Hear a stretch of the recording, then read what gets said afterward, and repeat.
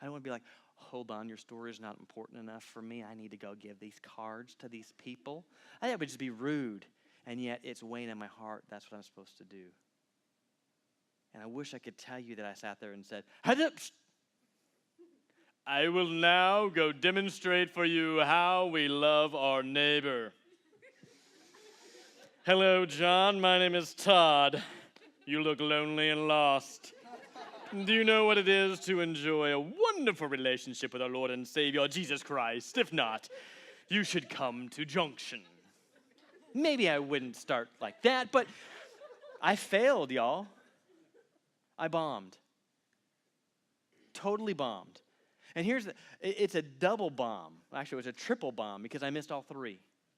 Because I thought, certainly his story will end, and there'll be a better time in the conversation for me to excuse myself to go at. I waited. I was very reactive. And one by one, they all left. And I'm like, what a failure. I'm supposed to encourage people to reach out to the outcast, to reach out to people who are not like them. And I just blew it. I struggle with these things. And no place there was I sitting there going like, well, normally I wouldn't invite him because he just looks like he's just not that the right kind of person. No, none of that was going through my mind, but I just allowed the situation of, I don't want to be rude to this guy, as opposed to, can you imagine?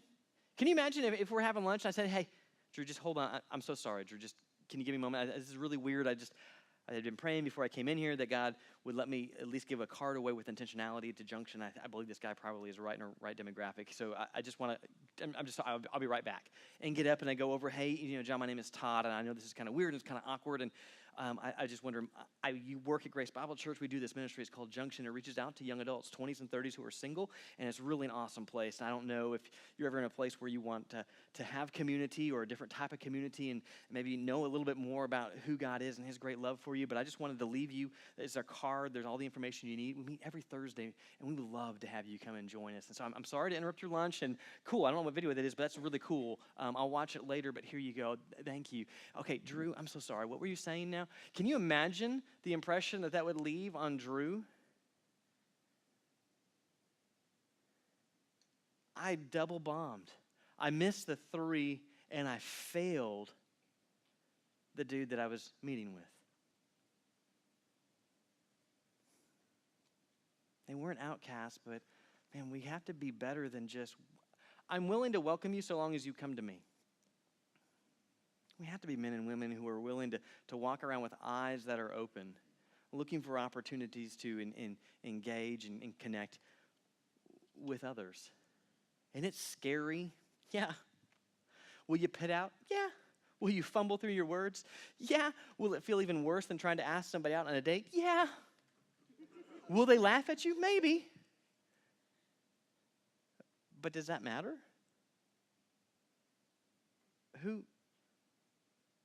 Who's in charge? God is. What brings him honor and glory? How does he interact?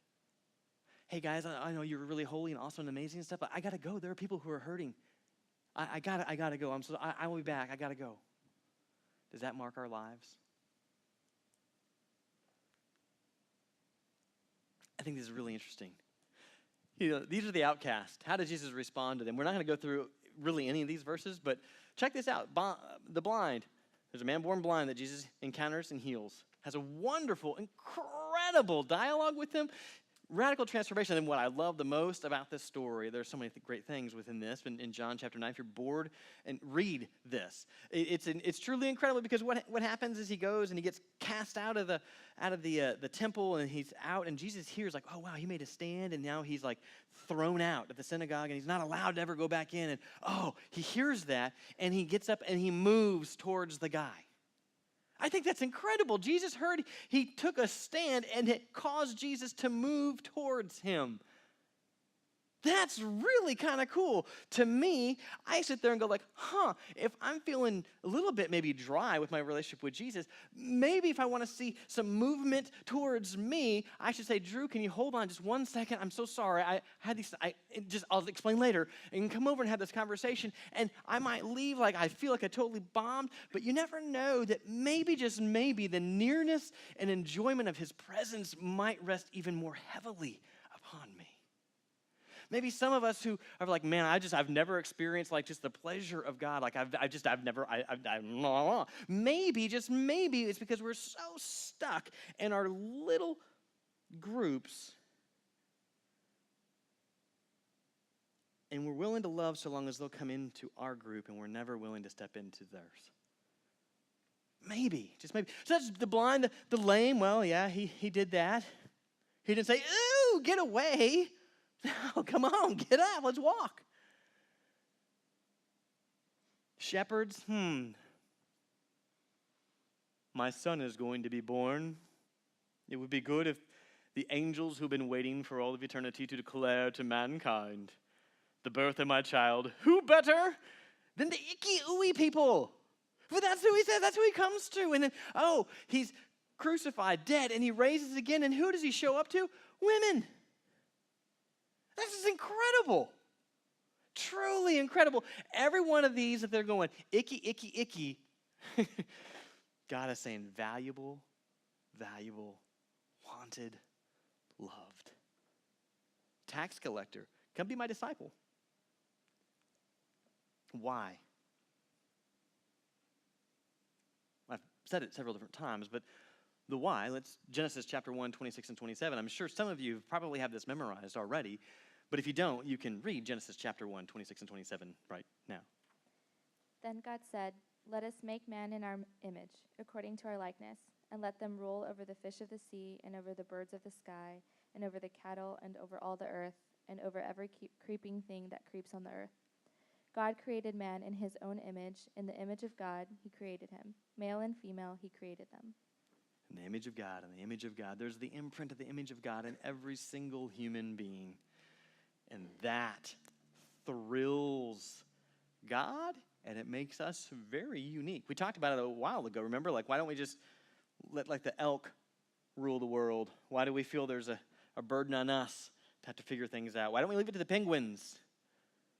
Now, there's something unique and radically different about us. It's the imprint of the image of God. So this is kind of what goes on. We talked about this, but it doesn't matter really to God where we stand on these things. Politics, work, gender, sexuality, family. I mean, it matters, but the main thing is the image of God. That's what causes us to move towards another human being. That's what caused him. That's what should cause us to move there. And I was thinking about cards. You guys ever play card games? You know, you're familiar with trump card games? If you're not, we'll explain it here a little bit. So if this is a card game going on, like, who are you? Like, who's in control of you? Like, here are the hands that are being pulled in. Gender's like, hey, I win an ace of hearts. You got to follow suit. Boom. You know, and sexuality is like, I was so close. And family, you're like, I was nearly there. And politics is like, well, it was kind of a weak hand, but I played what I could. And so this person is sitting there saying, well, I'm valuable because of my gender, or I'm valuable because of my sexuality. And God says, oh, no, there's a hand, there's a card yet to be played. And if you're not familiar with trump cards, the trump suit is the most powerful suit of all. And if in this game the trump suit is spades, if God's image plays the two of spades, the lowest of trump, it is heavier and weightier than all the other stuff, and it wins. When God looks, you might be a mess. The person you're talking to might be a mess. They might be all over the place, holding views that are contrary to what God would have them hold. But when he looks, he sees their image, and he says, wanted, loved.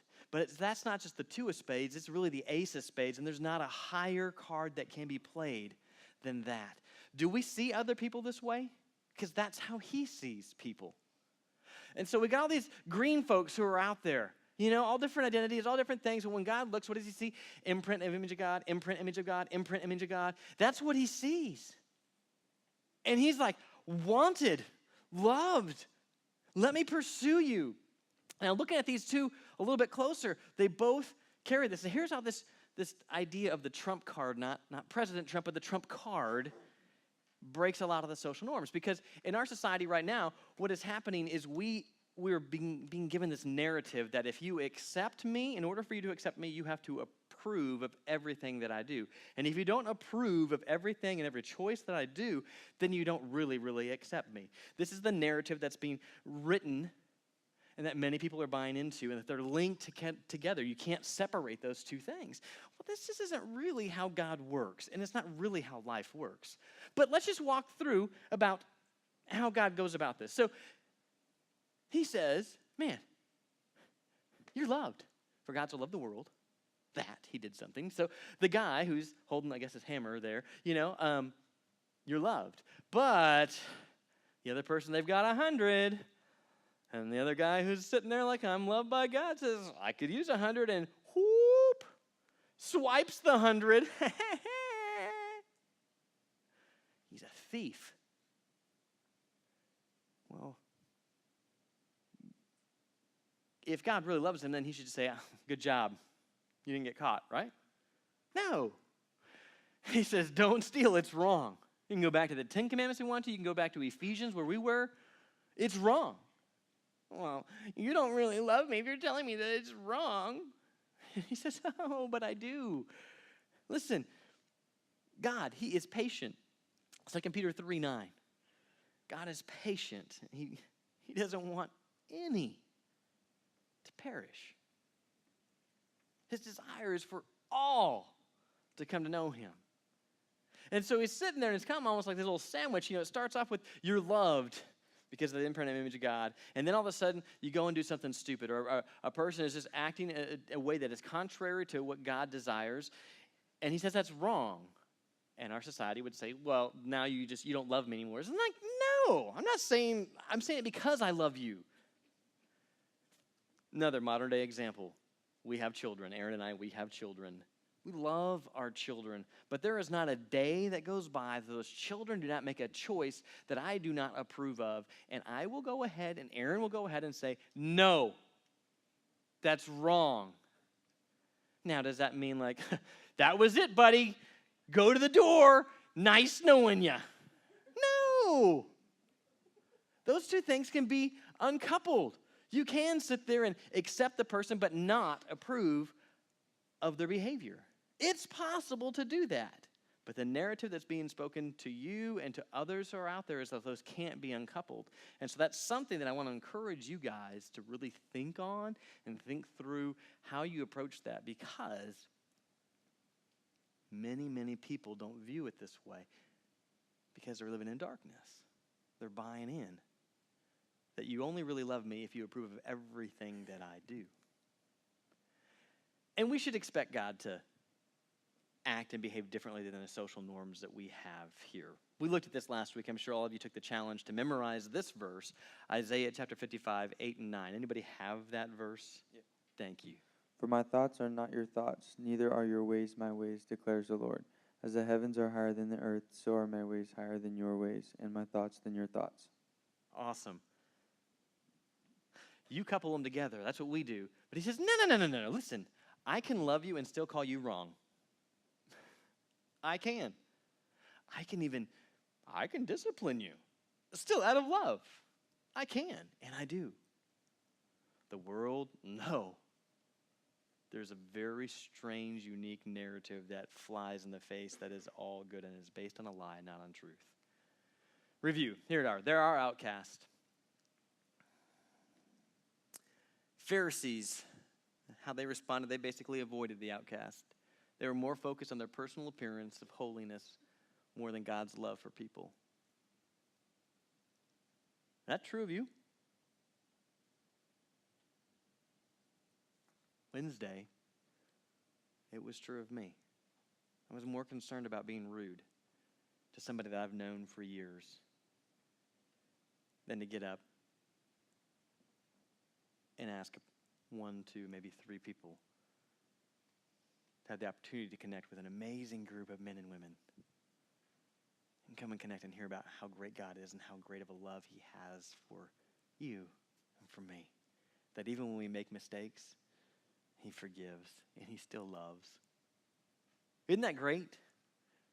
I mean, as I stand up here and just tell you, man, I bombed on Wednesday, yet God is not angry at me. He's not kicking me out. Let's move forward, Todd. Let's continue to move forward. Image me better. Image me better. Allow me to have my way in your conversations. Jesus, he pursues them because all he sees is the imprinted image of God, and that trumps all else.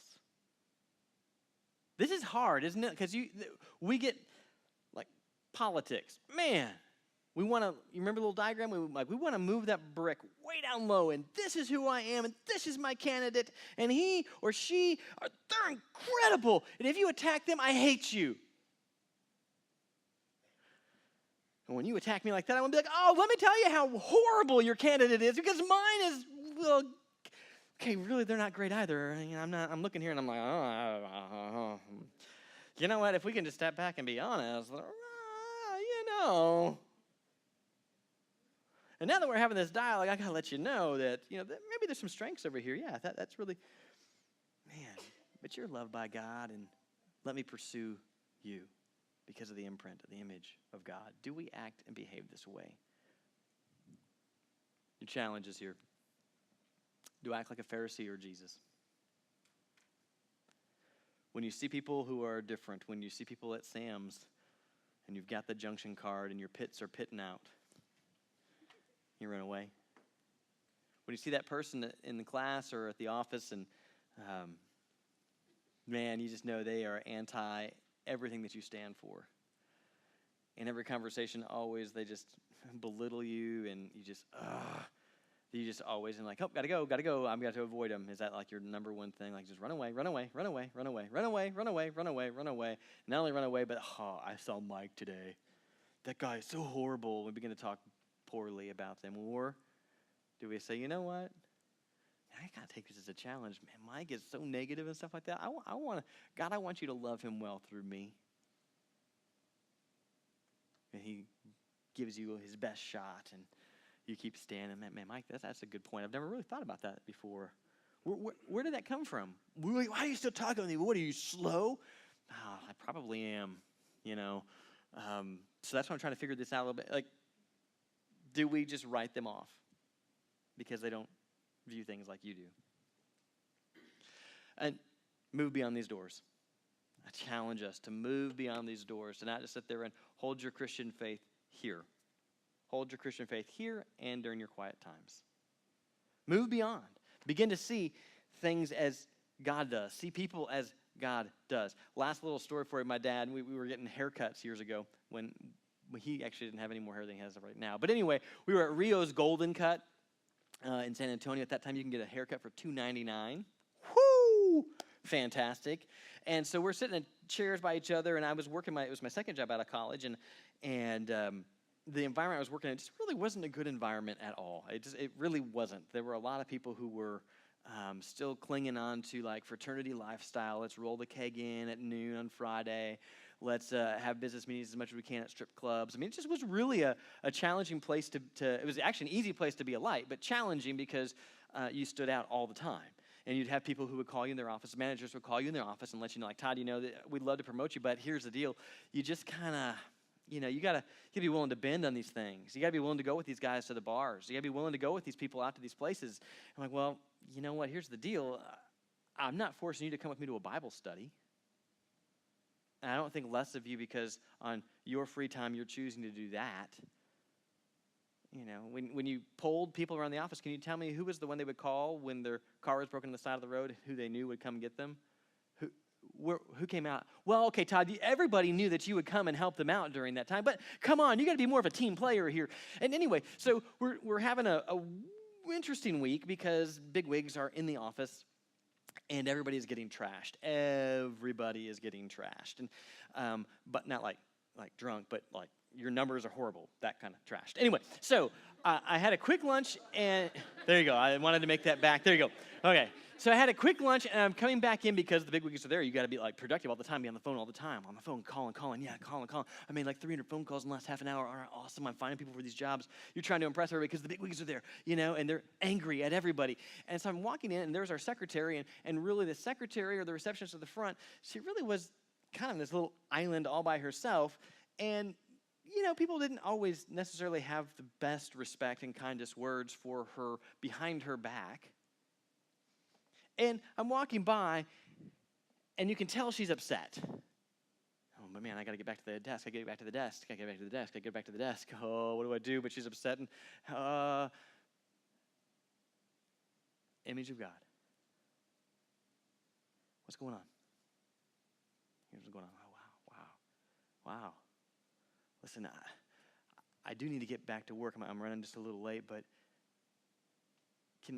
are you okay? You get up at 5. I'm going to leave at 5 too today. Is that okay? Can we continue that conversation just down in the lobby? Is that okay? You want to talk to me? Yeah. Oh, because God, He's not done with you. Your story is not done. Well, you're in the office talking about God. This comes back to Rio's golden cut. So I'm telling my dad some of these stories. Well, they come back in, and the rest of the day they were yelling at people, and it was really strange. I thought, prepare for my time to be yelled at, bring my clipboard, hold my clipboard out, and the guy looks at him. How long you been here? I've been, whatever. Excellent job. And I'm thinking, how did that happen? How did everybody else who's getting a cursing, how did I get a blessing in the middle of this when I was a little bit late because I was talking to somebody else about how well loved they are by God? And we'd have these little conversations all throughout the office. There was all the time. People would be like, hey, Todd, things are really hard. And I'm like, do you pray when you're stressed out? Well, not only when I'm stressed out, but when things are going well too. Can I just talk? My marriage is really suffering. Sure, let's talk. Other people would be like, what's the verse of the day, Todd? Other people would, it was crazy what was going on. But like every conversation I would have with people, it all came back to how well loved they were by God Almighty in this very hostile place towards religion and faith. And so I'm telling my dad this, is like, you mentioned Jesus in a meeting? How are you not fired? I'm like, I have no idea. I have zero clue. But it was one of the greatest times, if I'm honest, as I look back over the course of my life, it was one of the greatest times for me because it was an unusual place to be presenting the gospel to people, and yet lives were being transformed. And God just was, He was like, dude, if you'll give me space, I will move. And I'm like, okay, I'm going to give you space. And I'm going to give you some boldness. And if I lose my job, I lose my job. And my dad he was Rio's golden cut. And I'm telling him story after story. I'm like, and then the manager, he comes out in the middle of the day, the one who used to be really mean. He comes out with his Bible in hand and says, Todd, did you know it says this? And I'm like, dude, yes, but we'll talk after work, okay? We got to get to work. We should be good employees. Okay, sorry. Running back. And he's just like, I don't understand how you still have a job. I don't either, but I think our God is great. I think He's great. Do we approach our workplaces like that? Do we approach academics that way? I mean, really, if we're walking the most important meeting of our life, if we don't make it, the company's going under, or we're going into meeting with a professor, and if I'm not there, it's the last time I've missed him, and I'm going to flunk out, and as I'm walking, are we so willing to be used by God that if He were to prompt our heart and have our eyes be open, that we see there's an individual who's hurting, He's like, you have to stop. You have to talk to them. That you would be willing to go like, God's economy, so they're more important than that. Is that true of you? True of me? Wednesday it wasn't. But it's my desire to continue to allow Him space to grow me more and more. Let's pray.